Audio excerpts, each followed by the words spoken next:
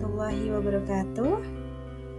Kami dari kelompok 4 akan mempresentasikan tentang perancangan dan pengembangan kurikulum.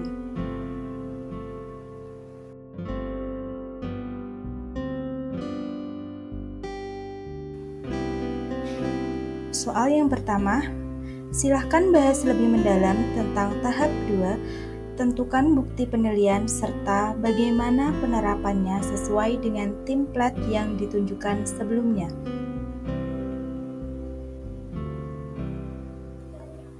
Penjelasannya yang pertama, understanding by design merupakan sebuah desain untuk sebuah pemahaman. Pemahaman dalam hal ini diartikan secara mendalam, di mana peserta didik tidak hanya mengetahui sebuah topik dan pembahasannya, akan tetapi peserta didik mampu memahami serta mendalami berkaitan dengan segala pemahaman tersebut. Berikut tahap-tahap dalam penyusunan kurikulum understanding by design. Antara lain yang pertama, identifikasi hasil yang diinginkan. Pada tahap ini mempertimbangkan tujuan dari pembelajaran yang telah ditetapkan oleh kurikulum nasional dan meninjau harapan kurikulum karena biasanya ada banyak materi yang harus dibahas, namun tidak sesuai dengan waktu yang tersedia, dan pada tahap ini guru membuat pilihan atau sebuah prioritas.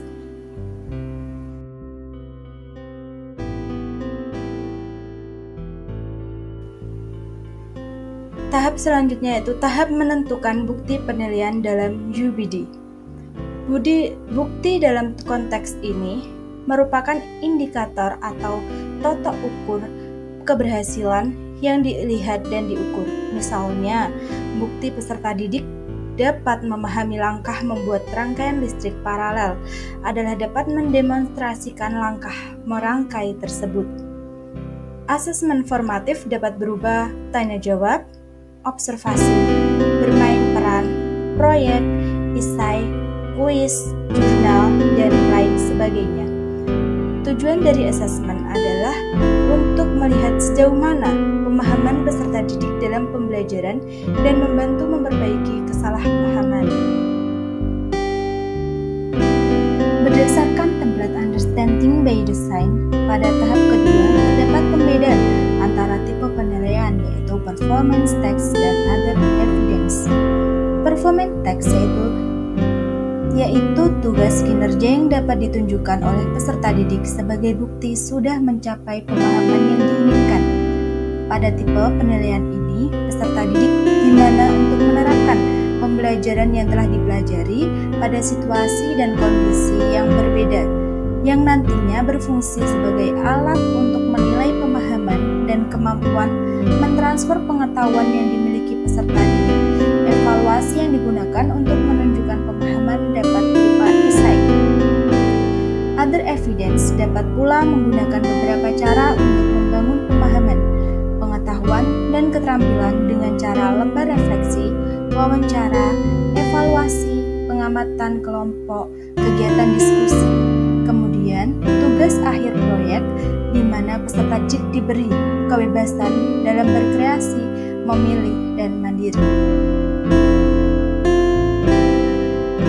Bukti peserta didik mampu memahami konsep pembelajaran UBD ditunjukkan melalui keaktifan peserta didik dengan indikator keaktifan sebagai berikut.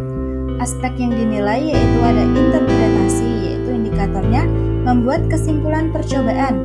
Lanjut aplikasi, indikatornya melakukan percobaan.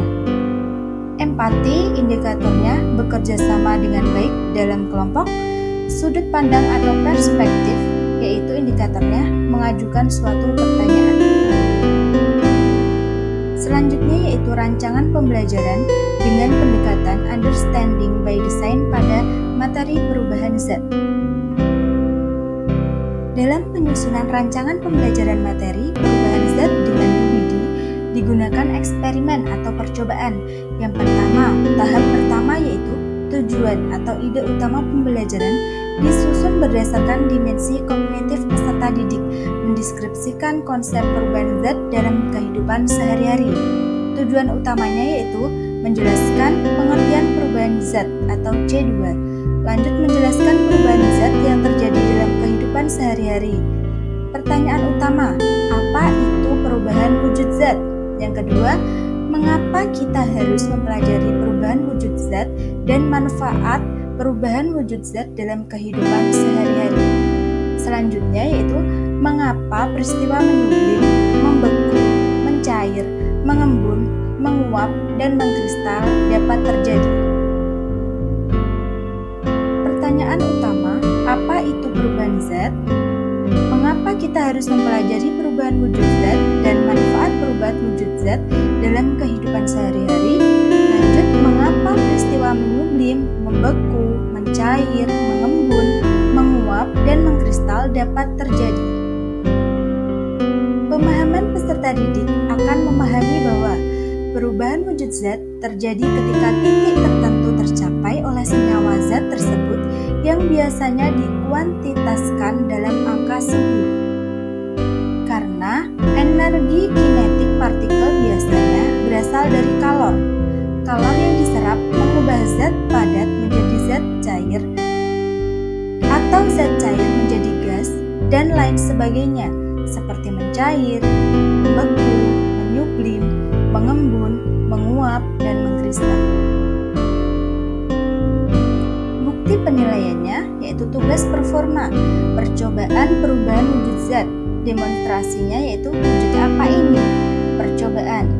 Bukti lainnya, latihan soal, yaitu yang pertama, apa yang dimaksud dengan perubahan wujud benda? Yang kedua, jelaskan 6 jenis proses perubahan wujud benda. Yang ketiga, sebutkan 3 contoh perubahan benda padat menjadi cair. Yang keempat, sebutkan 3 contoh perubahan benda cair menjadi gas. Yang kelima, proses menguap adalah proses zat cair berubah menjadi uap atau titik uap air. Perubahan wujud zat cair menjadi uap ini dipengaruhi oleh apa? Selanjutnya pembahasan. Yang pertama, perubahan wujud benda adalah bentuk terjadinya perubahan pada suatu benda menjadi berbeda dari wujud sebelumnya, baik ukuran, bentuk, warna, dan aroma. Yang kedua, jenis proses perubahan wujud benda adalah antara lain yang pertama mencair, yaitu proses perubahan wujud benda padat menjadi cair. Membeku, yaitu proses perubahan wujud benda cair menjadi padat. Yang ketiga menyublim, proses perubahan wujud benda padat menjadi gas. Yang keempat mengembun, proses perubahan wujud benda gas menjadi cair. Selanjutnya menguap, proses perubahan wujud benda cair menjadi gas. Yang terakhir yaitu mengkristal, yaitu proses perubahan wujud benda padat menjadi gas. Contoh perubahan benda padat menjadi cair. Yang pertama, mentega yang dipanaskan. Yang kedua, es krim yang meleleh di suhu ruang. Yang ketiga, es batu yang meleleh. Soal nomor 4 yaitu contoh perubahan benda cair menjadi gas. Yang pertama yaitu ketika memasak air kemudian mendidih. Yang kedua, bensin di tempat terbuka. Yang ketiga, menjemur pakaian hingga kering. Lanjut, penguapan dipengaruhi oleh panas atau suhu udara yang tinggi. Mungkin itu saja yang dapat kami paparkan dari kelompok 4. Jika ada saran atau masukan bisa diberikan kepada kami kelompok 4. Sebelumnya terima kasih. Wassalamualaikum warahmatullahi wabarakatuh.